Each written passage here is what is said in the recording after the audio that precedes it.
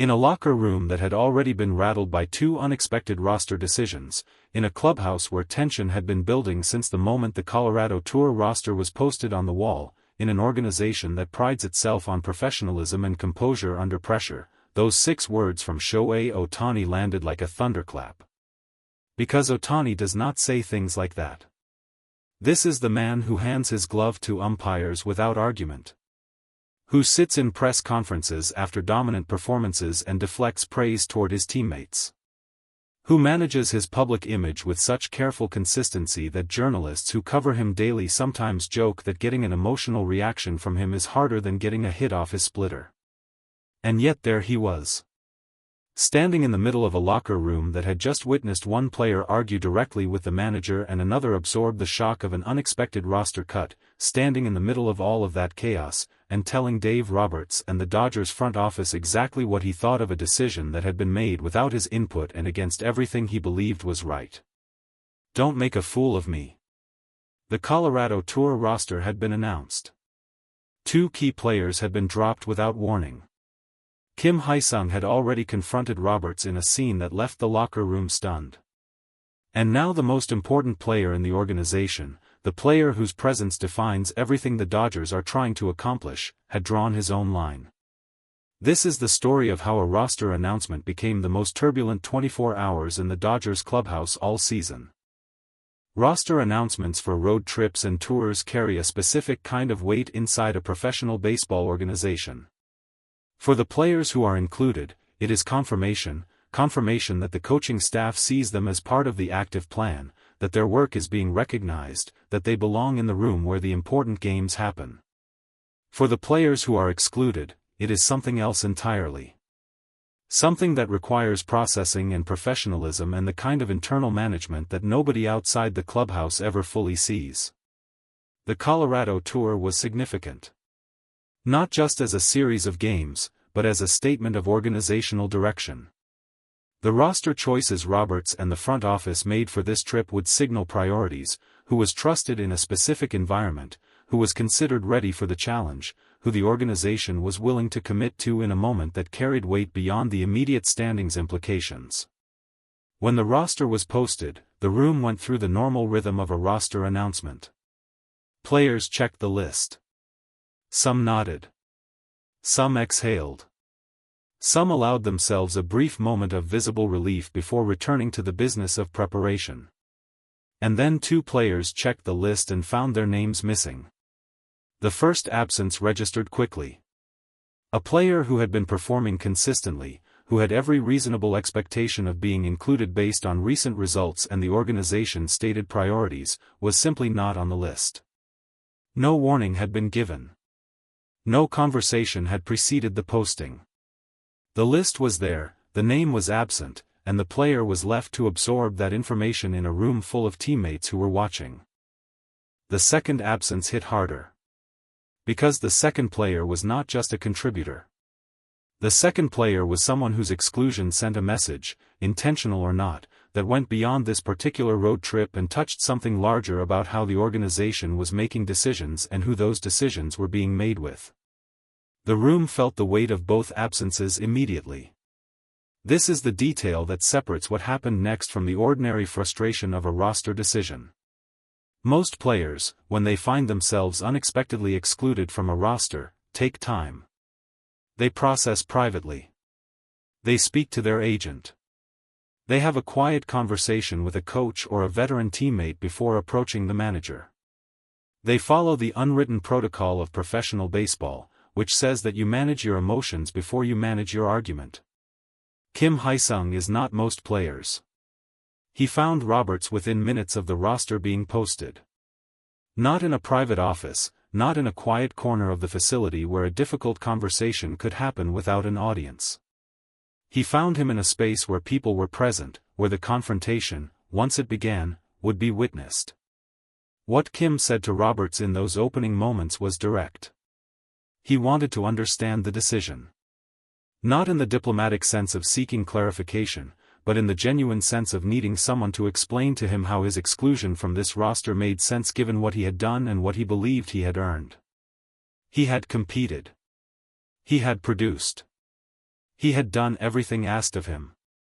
And he had been dropped from a significant tour without a conversation, without a warning, without the basic professional courtesy of being told in advance that the decision had been made. Roberts responded. The response was measured initially, the response of a manager who has had difficult roster conversations before and knows that the first priority is to de-escalate, to explain the organizational reasoning, to help a frustrated player understand that the decision was not a reflection of his value or his standing in the organization. But Kim was not looking to be de-escalated. He was looking for accountability. The conversation escalated. Voices were raised. Not screaming, this was not a dugout explosion or a benches clearing incident. But raised. Raised enough that the players in the surrounding space became aware that something serious was happening. Raised enough that coaches positioned themselves nearby without intervening. Raised enough that the normal background noise of a professional baseball clubhouse went quiet in the particular way it goes quiet when something real is unfolding. Kim made his position clear. He believed the decision was wrong. He believed it was made without sufficient consideration of what he had contributed. And he was not willing to simply accept it and move on without saying so directly to the person responsible for making it. Roberts heard him. Whether he changed his position is a different question. The roster did not change. But something in the dynamic of that locker room changed permanently in those minutes, something about who Kim Haisung was, how he competed, what he was willing to fight for. Some players in that room had never seen that side of him. They would not forget it. He had watched the roster announcement. He had processed his own reaction to the two absences with the same controlled internal management that he brings to every difficult situation. He had waited while Kim's confrontation with Roberts played out, giving that moment the space it needed without inserting himself into it prematurely. But Ohtani had his own problem with what had happened. And his problem was not identical to Kim's, even if the two objections shared a common root in the same roster decisions. Ohtani's objection was about process. Specifically, it was about the fact that decisions of this magnitude, decisions that affected the composition of the team he was being asked to lead, decisions that would shape the dynamic of a significant road trip, decisions that carried implications for the relationships and the trust inside the clubhouse, had been made without any consultation with him. Without a conversation. Without even the courtesy of being informed in advance so that he was not learning about it at the same time as everyone else, from a list posted on a wall. He was not asking to make roster decisions. He was not claiming authority over personnel choices that belonged to the manager and the front office. He understood the structure of the organization. He respected the hierarchy of decision-making that professional baseball requires. What he was asking for was something simpler and more fundamental than authority. He was asking for respect.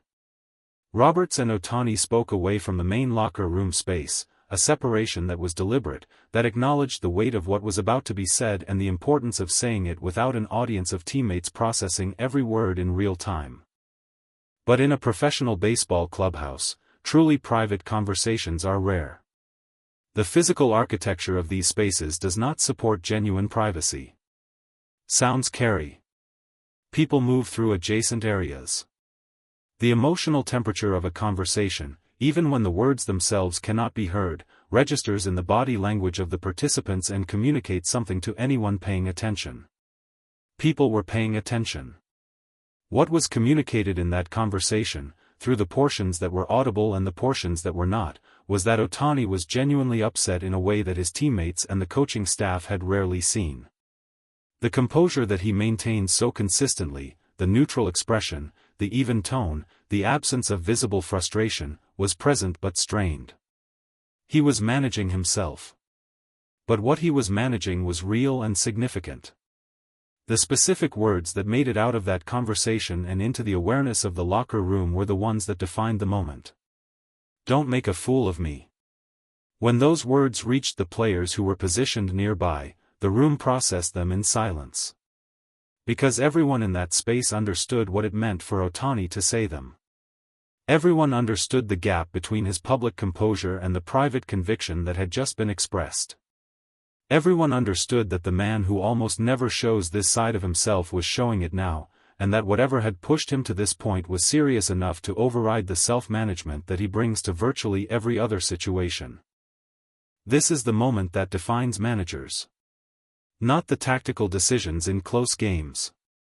Not the pitching changes and lineup constructions and strategic adjustments that fill broadcast coverage. The moment that defines a manager is the moment when his locker room is fractured and the people he is responsible for leading are looking at him with a combination of frustration and expectation and genuine uncertainty about what comes next. Roberts had managed difficult situations before. His tenure with the Dodgers has included roster controversies and personality conflicts and the ordinary friction of assembling talented, competitive, strong-willed people and asking them to function as a cohesive unit. He knew what this moment required. It required honesty. Not the managed, organizational honesty of a press conference statement, but the genuine honesty of a leader acknowledging that a process had broken down, that players of this importance deserved more than a list on a wall, that the consultation and communication that builds trust inside a clubhouse had not happened the way it should have, and that the consequences of that failure were now visible and real. Whether that honesty arrived quickly enough, whether it addressed the specific concerns that Kim and Ohtani had raised with sufficient depth and sincerity, that is a question the locker room would answer over the days that followed, in ways that would either rebuild the trust that the afternoon had damaged or reveal how deep the damage actually ran. Because Roberts had not made these decisions alone. The roster for the Colorado Tour had been constructed with front office input, the kind of collaborative decision-making that modern baseball organizations practice as standard procedure, where the manager's judgment is one voice among several rather than the sole authority on personnel choices.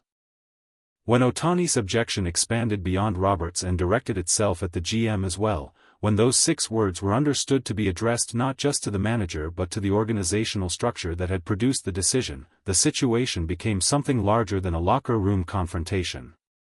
It became a statement about how the Dodgers organization, at every level, was managing its relationship with the most important player in the game.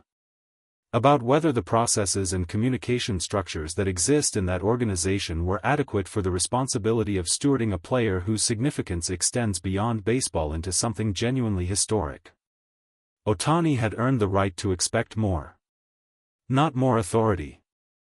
Not more control. More respect for what his presence in that organization means and what his input, even when it is not acted upon, deserves to receive. "Don't make a fool of me" was not just about a roster decision. It was about that expectation. Stated clearly. On record. In a room full of witnesses. The 2 players who had been dropped stayed dropped. The list on the wall stayed exactly as it had been posted. The organizational decision, whatever its reasoning, was not reversed by the confrontations that followed it. But something else had changed. Something that does not appear on any roster and cannot be measured in any box score. The locker room now knew things about its own internal dynamics that it had not known that morning.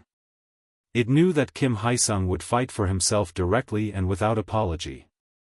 It knew that Ohtani's composure has a limit and that limit is located somewhere in the territory of being disrespected by the people he is trying to help succeed. And it knew that the relationship between this roster and this management structure, the trust and the communication and the mutual respect that a championship team requires, was something that needed tending. Something that had been taken for granted and had shown, in the space of one chaotic afternoon, exactly how fragile that kind of trust can be when the processes that maintain it break down. The Colorado Tour would happen. The games would be played. The roster would take the field and compete with the professionalism that this organization demands. But the conversation that started with a list on a wall, the one that moved through Kim's confrontation and Robert's explanations and 6 words from Ohtani that nobody in that locker room will forget, that conversation was not over.